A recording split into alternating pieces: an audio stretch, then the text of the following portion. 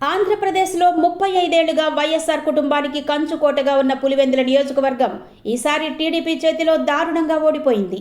ఇది సాధారణ విషయం కాదని రాజకీయ విశ్లేషకులు చెబుతున్నారు. స్వయానా కడప ఎంపీ మాజీ మంత్రి అవినాష్ రెడ్డి స్వస్థలమైన రంగంపేట గ్రామంలో కూడా వైఎస్ఆర్ కాంగ్రెస్ పార్టీ ఓటమి పాలైంది.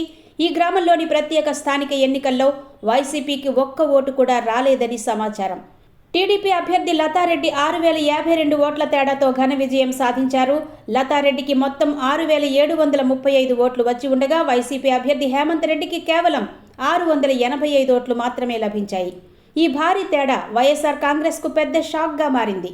వైసీపీ అభ్యర్థి ఈ ఓటమి విషయాన్ని తేలిగ్గా తీసుకోకూడదని, ప్రజాభిప్రాయం మార్పుకి ఇది నిదర్శనమని రాజకీయ నిపుణులు భావిస్తున్నారు. స్థానిక ప్రజలు పాలనా అభివృద్ధి పనులపై అసంతృప్తితో ఈ నిర్ణయం తీసుకున్నట్టు తెలుస్తోంది. ఆంధ్రప్రదేశ్ రాజకీయాల్లో సంచలనం రేపిన ఓటమి.